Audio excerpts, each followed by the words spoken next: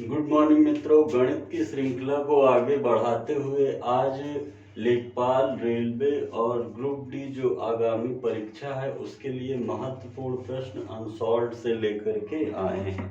सभी मित्र ध्यान से समझेंगे और अगर नए होंगे तो सब्सक्राइब और शेयर जरूर करेंगे। आइए प्रारंभ करते हैं हर एक प्रश्न को ध्यान से देखते हुए।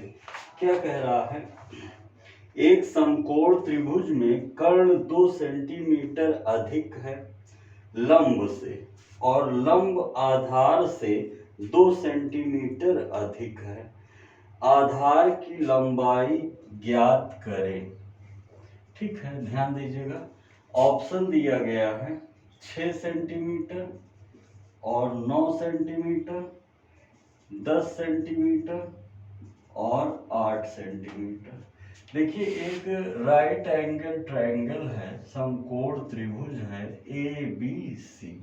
आप जानते हैं सबसे बड़ी भुजा कर्ण होती है और जो परपेंडिकुलर हो, ऊर्ध्वाधर हो, वो लंब होता है और जो क्षैतिज हो वो आधार होता है। ठीक है, अब देखिए क्या बोला है। एक समकोण त्रिभुज में कर्ण 2 सेंटीमीटर अधिक है लंब से और लंब आधार से 2 सेंटीमीटर अधिक है। तो सबसे छोटा कौन हुआ? आधार माना x है।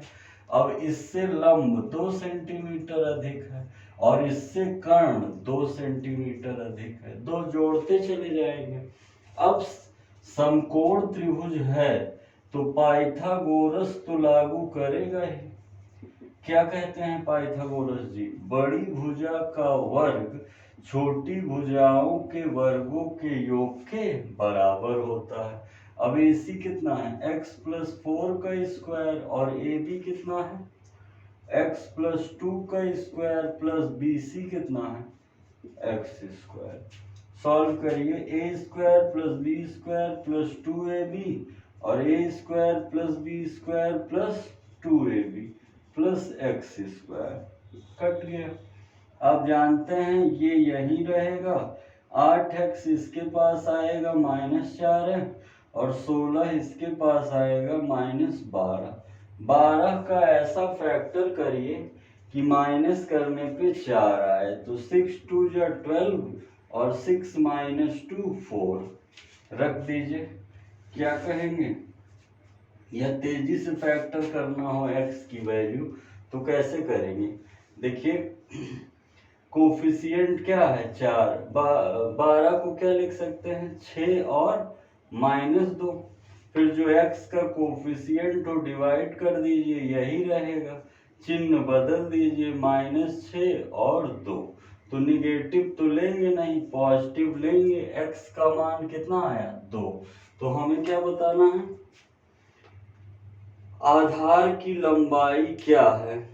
आधार की लंबाई क्या है? तो दिया है 6, 9, 10, 8। तो दो ऑप्शन में नहीं है तो क्या ले लिया जाए? 6।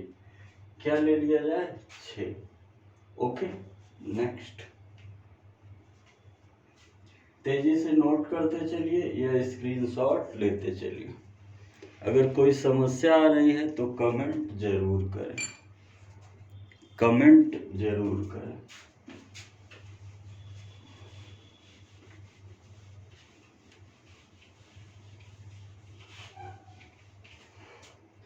देखिए, नेक्स्ट कह रहा है यदि एक समभुज त्रिभुज की एक भुजा 6√3 सेंटीमीटर है तो इसकी ऊंचाई क्या होगी? ठीक है, एक समबाहुभुज है, जैसे कि समबाहु त्रिभुज है। ठीक है, ABC सभी भुजाएं समान हैं। एक भुजा दे दिया है 6√3 सेंटीमीटर। ऑप्शन दिया है 9 सेंटीमीटर, 3 सेंटीमीटर और 6 सेंटीमीटर और 3√3 सेंटीमीटर। अब हमें इसकी हाइट बतानी है h। तो समझिएगा h = होता है √3/2 इंटू भुजा यानी साइड। √3/2 3/4 इंटू भुजा, तो √3/4 इंटू भुजा कितना है 6√3। आप जानते हैं 2 दूना 4, 2 तिहाई 6, ये कितना हो जाएगा √3 हो जाएगा।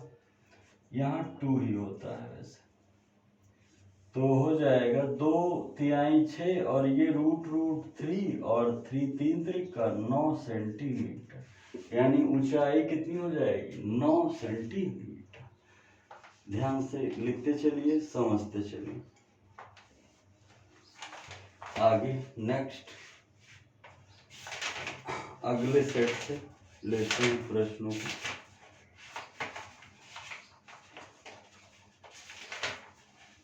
तेजी से स्क्रीनशॉट ले लीजिए या फिर बातों को लिखते चलिए।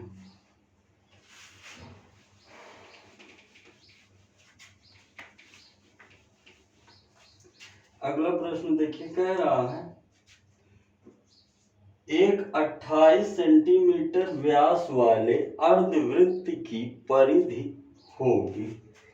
व्यास कितना दे दिया है 28 सेंटीमीटर का अर्धवृत्त, ध्यान दीजिएगा वृत्त नहीं है, अर्धवृत्त की परिधि बतानी है, अर्धवृत्त की परिधि बतानी है। ऑप्शन दिया है 36 सेंटीमीटर, 144 सेंटीमीटर, 72 सेंटीमीटर और 44 सेंटीमीटर। आप जानते हैं व्यास की मदद से आप क्या प्राप्त कर सकते हैं, त्रिज्या जस्ट आधी होती है 14 सेंटीमीटर। अर्धवृत्त, अगर वृत्त का कहेगा परिधि तो आप जानते हैं 2πr, लेकिन इसने क्या लगा दिया है अर्धवृत्त, तो अर्धवृत्त के लिए क्या हो जाएगा πr। पाई का मान 22/7, आर का मान 14, 7 दूनी 14, 22 दूना 44 सेंटीमीटर। आपका राइट आंसर कितना हो जाएगा 44 सेंटीमीटर। नोट कर लीजिए, आपका राइट आंसर हो जाएगा 44 सेंटीमीटर। नेक्स्ट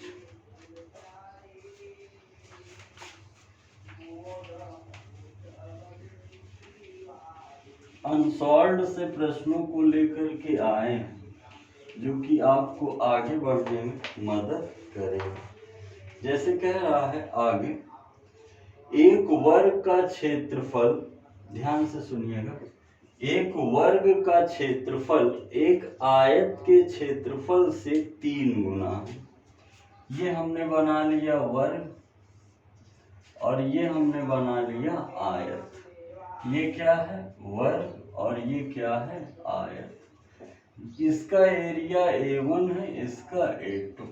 कौन 3 गुना है वर्ग, तो अगर हमें बराबर करना है तो आयत में कितने का गुणा करना पड़ेगा 3। पहले स्टेटमेंट से हमें ये जानकारी मिली। आगे क्या कह रहा है, आयत की लंबाई, आयत की लंबाई 5 स्क्वायर से 5 सेंटीमीटर अधिक है जो कि चौड़ाई से तिगुनी है। इस वर्ग की परिधि क्या है। अब देखिए आयत की लंबाई बोला है 5 स्क्वायर से, देखिए प्रश्न की भाषा, जो लंबाई है 5 स्क्वायर से 5 अधिक है, तो 25 5 कितना हो गया 30 सेंटीमीटर। उसकी चौड़ाई से तिगुनी है, ठीक है, तो जो लंबाई है 30 है, चौड़ाई तिगुनी 10 होगा। अब हमें क्या बताना है, इस वर्ग की परिधि, वर्ग की प्रत्येक भुजा बराबर होती है, समझ रहे हैं, और इसकी परिधि क्या होगी 4a होगी। तो a हमें कैसे पता चलेगा, a होता है ये वर्ग का है a स्क्वायर, ठीक है, 3 गुणे a, वो आयत का क्षेत्रफल लंबाई गुणे चौड़ाई, तो a स्क्वायर बराबर 3 गुणे लंबाई कितना है 30 गुणे चौड़ाई कितना है 10, तो ए स्क्वायर बराबर 3 गुणे कितना हो जाएगा 300। तो ए बराबर अंडर रूट 900। तो ए बराबर कितना आ गया 30। ए बराबर कितना आ गया 30। अब हमें वर्ग का परिधि बताना है, वर्ग की परिधि। तो वर्ग की परिधि क्या होती है 4a। तो 4 गुणे 30 यानी कितना हो जाएगा 120 सेंटीमीटर। 120 सेंटीमीटर ऑप्शन दिया था 240 सेंटीमीटर, 60 सेंटीमीटर, 120 सेंटीमीटर और 60 सेंटीमीटर। तेजी से स्क्रीनशॉट लीजिए या फिर वीडियो रोक करके लिखते चलिए। नेक्स्ट सेट पर आते हैं, नेक्स्ट सेट से कराते हैं। जो महत्वपूर्ण है वही करा रहे हैं, घबराइएगा नहीं। अगला देखिए,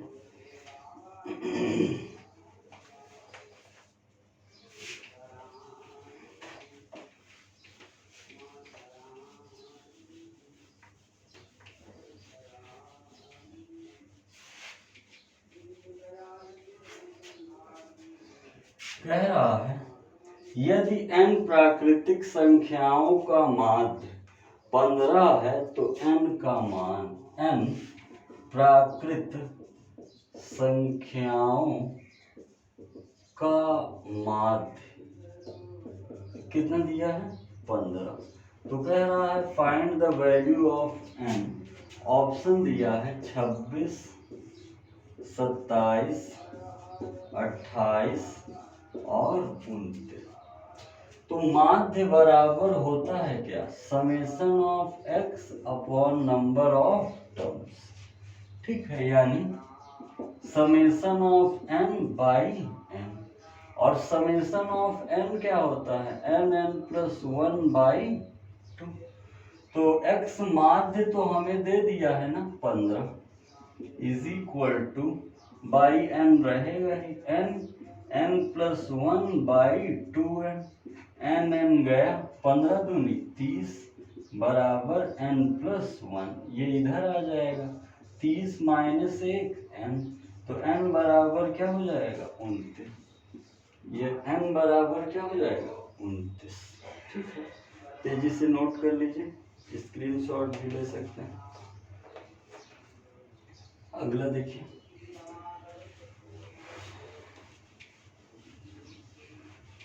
आप लोग भी लगाते चलिए, इससे आपका भी मूल्यांकन होता चलेगा। कह रहा है एक वस्तु को 15% के लाभ पर 920 में बेचा गया। ठीक है, ध्यान दीजिएगा 15% के लाभ पर कितने में बेचा गया 920 में। और 20% के लाभ लेना हो तो कितने का बेचा जाए। ऑप्शन दिया है 1000, 980, 960 और 940। समझ रहे हैं। अब 920 15% का लाभ होता तो कितना इन्होंने लाभ लिया। क्रय मूल्य निकालिए, क्रय मूल्य हमें निकालना है। तो क्रय मूल्य के लिए आप कहेंगे 920 गुणे 15/100। सॉल्व करेंगे 5 दूनी 10, 5 तिहाई 15, 2 चौको 8, 2 छंग 12, 3 छंग 18 का 8 है, 3 छंग 18 का 8 है, 3 चौक 12 और 1 13। मतलब 920 में उन्होंने 138 का लाभ लिया। तो कॉस्ट प्राइस कितनी होगी 10 में से 2 गया 8, 11 में से 3 गया 9, 11 में से 3 गया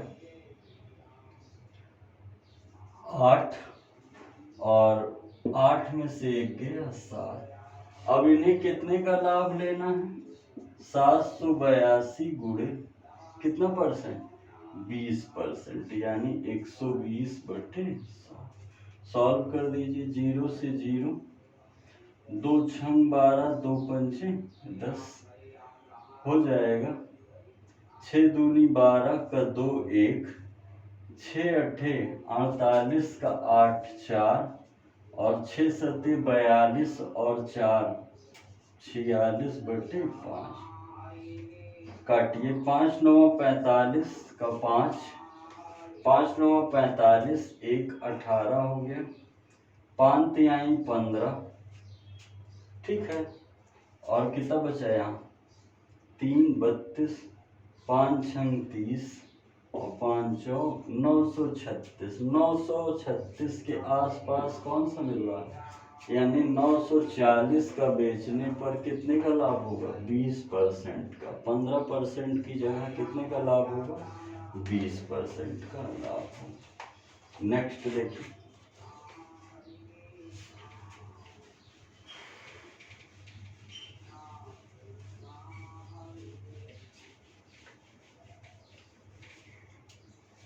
यदि दो संख्याओं का योगफल 13 है और उनके वर्गों का योगफल 97 है तो उनका गुणनफल ज्ञात करें। देखिए, दो संख्याओं का योगफल, माना दो संख्याएं क्या है? x y। पहले चरण में क्या कहा है? योगफल जो है 13 है। दूसरे चरण में कहा है उनके वर्गों का योगफल 97 है। तीसरे चरण में उसने पूछा है गुणनफल क्या। ऑप्शन दिया है, लगाएं आप लोग। छोटा सा प्रश्न है। 36, 110 और 84। देखिए, आप जानते हैं x प्लस वाई का होल स्क्वायर बराबर x² plus y² plus 2xy होता है। तो अब x प्लस वाई कितना दिया है? 13 का स्क्वायर, और x² प्लस y² कितना दिया है? 97। और हमसे पूछा क्या है? x into y. ये होता है 169, ये माइनस में आ जाएगा 2xy। तो 9 में 7 गया 2, और 16 में से 9 गया 7 = 2xy। आ जाएगा 36। मतलब संख्याओं का गुणनफल कितना होगा? 36। संख्याओं का गुणनफल कितना होगा? 36। लिख लीजिए।